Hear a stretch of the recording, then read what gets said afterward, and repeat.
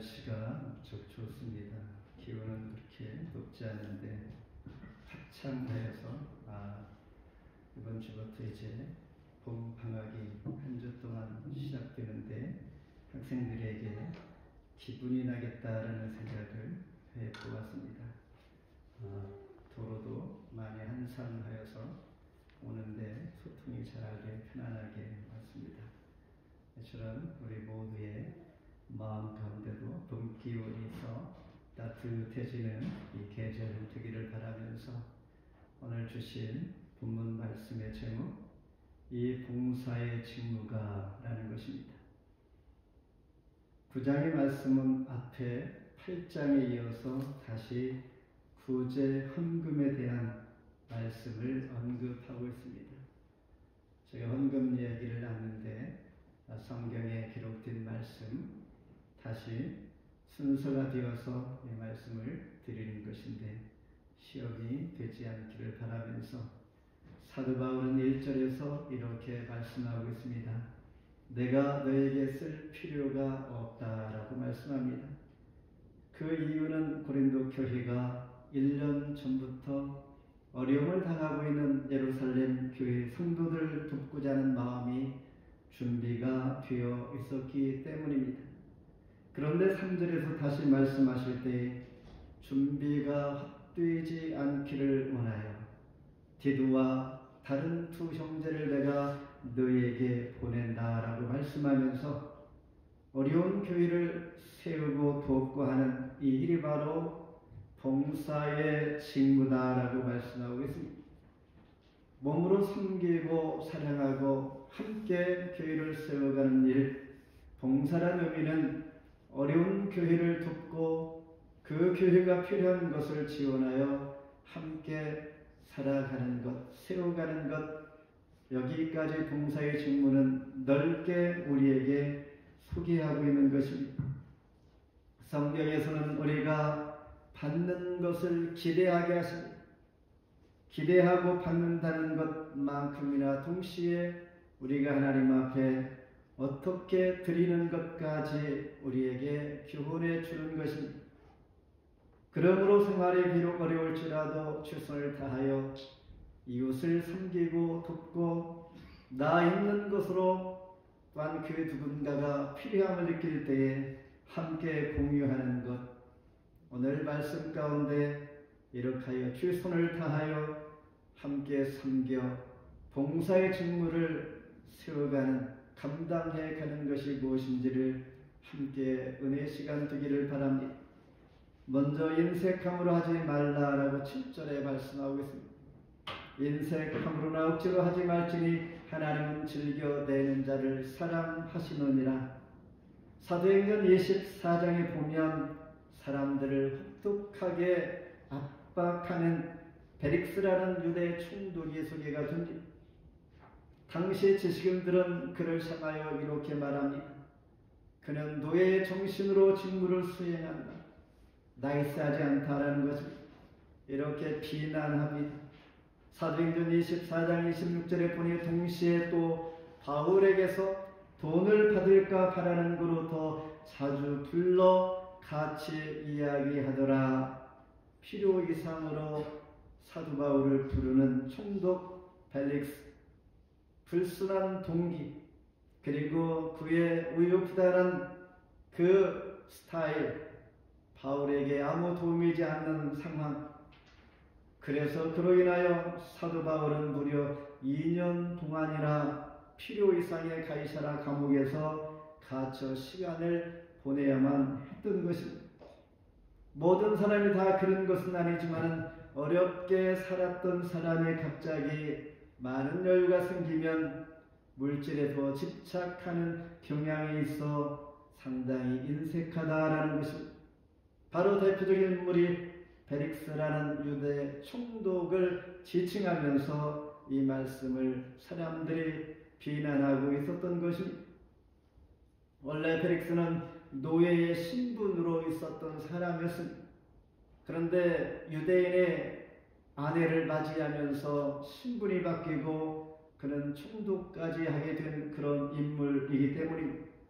여기서 인색함이라는 것은 절대적인 액수가 아닌 마음의 인색함을 의미하는 것입니다. 근심과 부담이 아닌 자유한 마음으로 반대로 하나님 앞에 나아가라 이런 말입니다.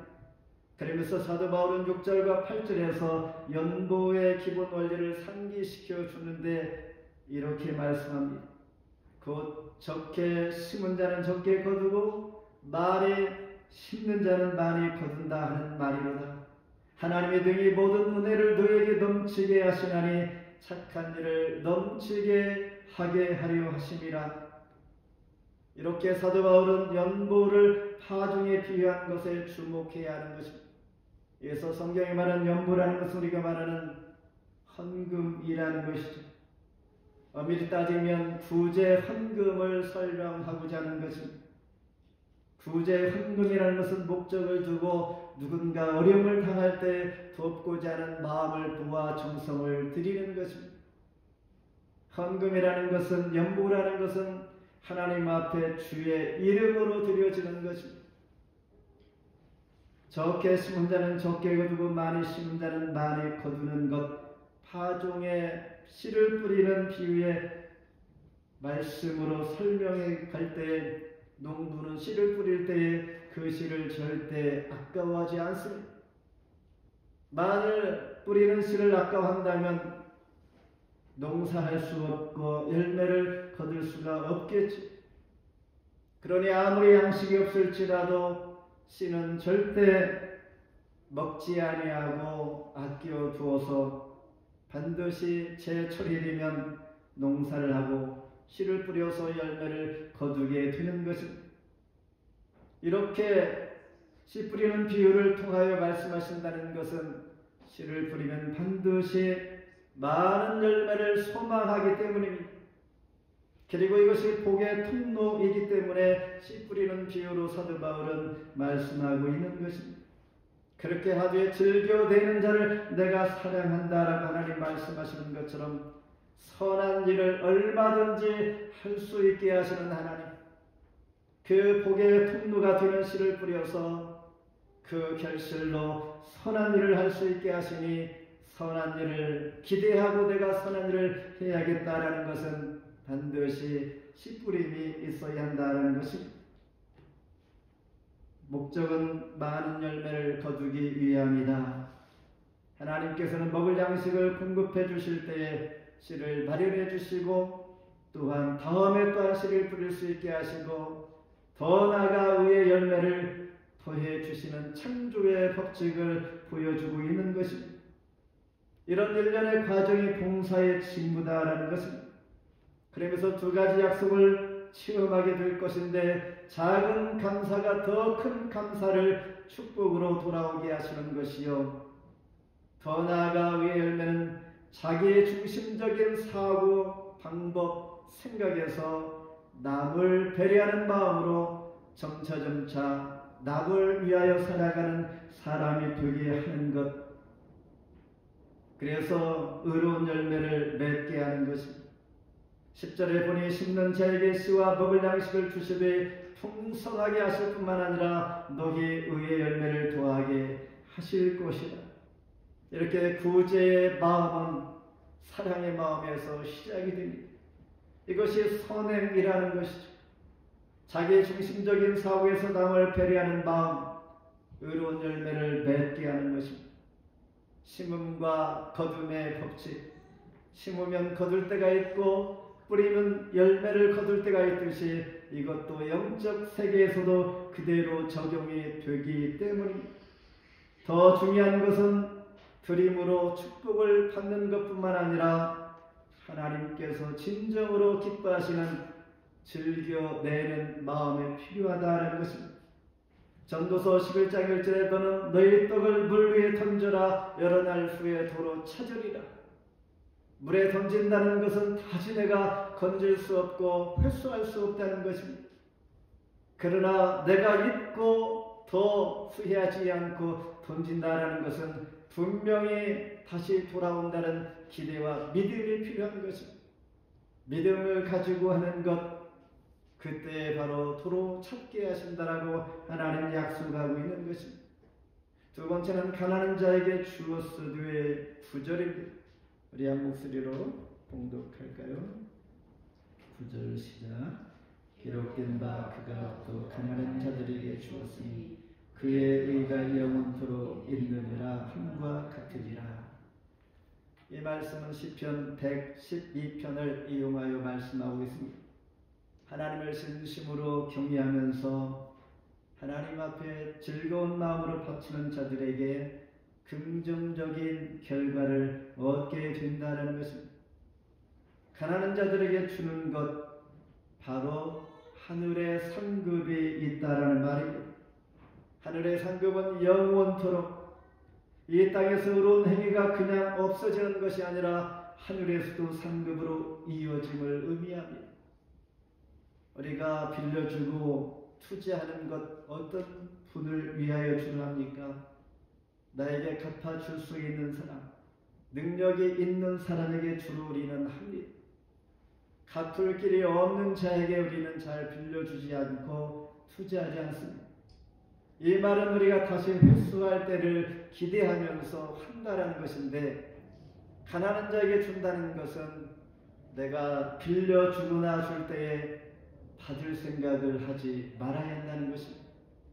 이 마음은 하나님 앞에 기도하면서 믿음으로 하는 것 외에는 용기가 나지 않습니다. 그러므로 가난한 자에게 한다는 것은 하나님께서 갚아주신다는 이 믿음의 확신이 오늘 말씀을 통하여 영원토록 그 의가 있을 것이다. 받을 생각을 하지 않고 준다는 것, 이런 믿음 아니면 할 수가 없다는 것. 그러니 가난한 자에게 한다는 것은 참으로 용기 있는 자인데, 가난한 자에게 주라라는 말씀입니다. 성경에서 라합의 아들 보아스가 그랬습니다. 룻기 2장 16절에 그를 위하여 곡식 다발에서 조금씩 뽑아버려서 그에게 줍게 하고 꾸짖지 말라 하시니라. 추수 때에 룻이 양식을 얻기 위하여 이삭 줍기 나아갈 때 주인이 그것을 전부 다 추수 거둬들인다면 가난한 자, 과부, 그리고 고아, 먹을 것이 없는 가난한 자들에게는 양식을 취할 길이 없기에 남겨두라는 것입니다. 오히려 곡식 다발에서 조금씩 이삭을 뽑아서 밭에 그냥 뿌려두어라. 누구를 위해서? 룻을 위하여.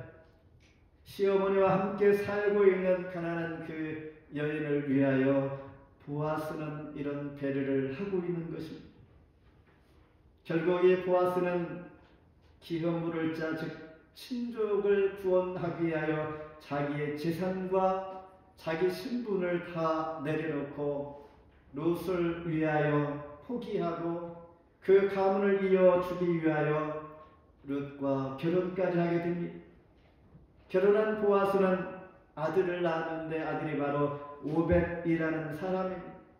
오벳은 다윗의 할아버지요, 메시아 조상 다윗의 할아버지를 낳게 되는 영예를 얻게 됩니다. 잠언서 19장 17절에 가난한 자를 불쌍히 여기는 것은 여호와께 구워 드리는 것이니 그의 선행을 그에게 갚아 주시리라. 하나님 앞에 구워 주는 것이 바로 가난한 자에게 하는 것인데, 하나님께 구워 준다는 것, 그냥 주었다는 말이 아니라 구워 주었다는 것은 하나님께서 반드시 갚아 주신다는 말입니다. 가난한 자를 불쌍히 여기는 마음으로 줄 때는 하나님께서 내가 구웠으니 반드시 갚아 줄 거야 라는 약속을 하고 있는 것입니다. 이와 반대의 사람이 소개되는데, 열왕기상 21장에 아합 왕이라는 사람이 있습니다. 왕궁 옆에 아름다운 포도원이 있습니다.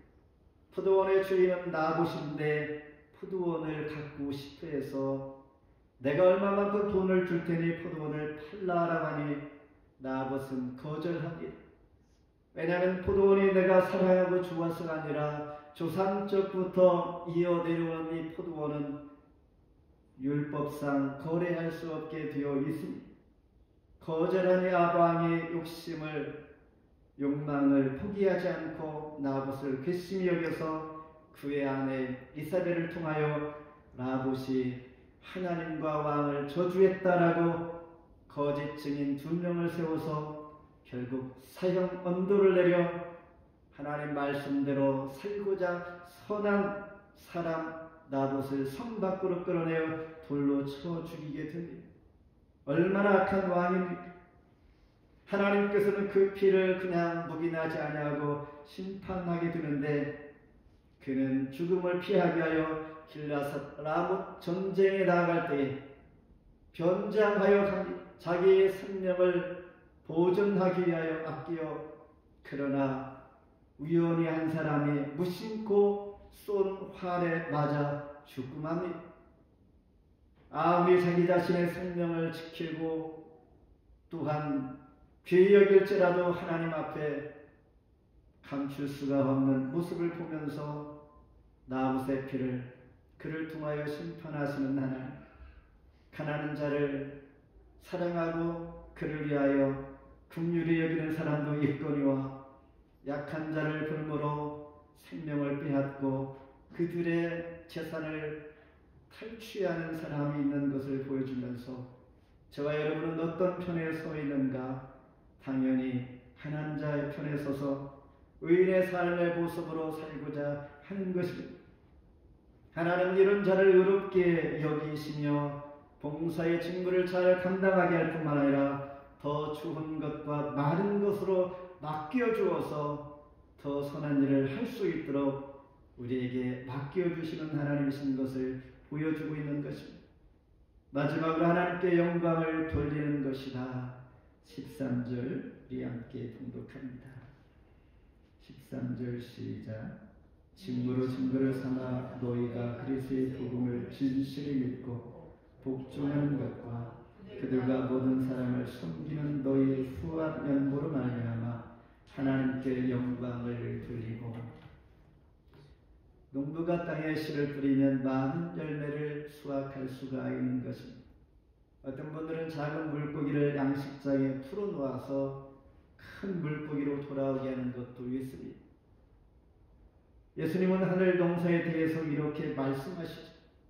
마태복음 13장 23절에 좋은 땅에 뿌려졌다는 것은 말씀을 듣고 깨닫는 자니 결실하여 어떤 자는 100배의 결실, 어떤 자는 60배 그리고 30배가 되느니라 하시더라. 이건 진리의 말씀입니다. 이 말씀을 저와 여러분이 믿는다면 그렇다면 어떻게 해야 할까? 하나님께서 주신 것을 감사하는 것입니다. 주님을 사랑하는 마음으로 많은 사람을 도울 때 결국 하나님께 영광이 되는 줄을 믿는 것입니다. 그러면서 12절로 15절까지 감사의 동기가 계속하여 소개될 때 12절에서는 봉사의 직무 연무가 성도들의 부족한 것을 보충한다.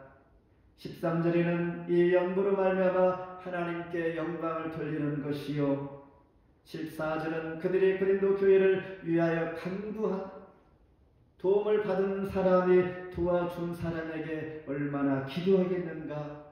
그리고 그를 사모하게 될 뿐만 아니라 15절에 하나님께 감사하며 더 나아가 14, 15절에 예루살렘 교회 성도들은 고린도 교회 성도들을 만나기를 고대하고 있습니다.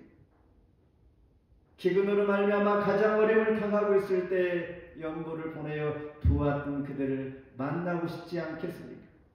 그러면서 공동체 간의 교제가 그리스도 안에서 하나가 되게 하는 아름다운 본을 보여주고 있는 것입니다. 결국은 구제 헌금은 하나님께 영광이 된다라는 것입니다. 먼저 하나님의 주인이신 것을 인정하는 것입니다. 역대상 29장 11절에 여호와여 위대하심과 권능과 영광과 승리와 위엄이 다 주께 속하였으니 천지에 있는 것이 다 주의 것입니다. 여호와여 주권도 주께 속하였음을 내가 고백합니다. 그리고 눈에 보이는 형제를 먼저 사랑하는 것인데 고린도전서 16장 17절에 스데바나와 후두나두와 아기가 너희의 부족한 것을 채웠음이라 말씀하고 있는 것입니다. 부족한 것을 보충하는 것, 고린도 교회는 헌신자들이었습니다. 헌금은 재정으로 교회의 물질적인 필요를 채우고 더 나아가 예루살렘 교회를 돕게 됩니다. 일어나 영혼을 살리며 하나님 앞에 감사하며 서로가 피차가 하나님께 영광을 돌리게 된다는 것입니다. 마치 하나님께서는 마치 소년의 손에 들린 오병이어를 통하여 많은 사람 5,000명을 먹이고 12강조를 남기는 공동체를 풍성하게 하는 그러한 은혜를 입게 되는 것입니다. 따라서 은혜를 체험하면서 성경의 원리대로 살려고 애쓸 때에 복이 임하게 되는 것입니다. 우리 머리로 판단하지 아니하고 하나님의 말씀대로 성경의 원리대로 내가 살려고 애쓰는 것입니다. 진정한 연보는 주는 자와 받는 자가 연결되어서 하나님 앞에 영광이 되는 것입니다. 로마서 15장 27절에 빚진 자의 영적인 것을 나누어 가졌으면 육적인 것으로 그들을 섬기는 것이 마땅하니라 말씀을 맺습니다. 구원받은 하나님의 자녀된 저와 여러분, 성경의 원리대로 하려고 힘쓰기를 바랍니다.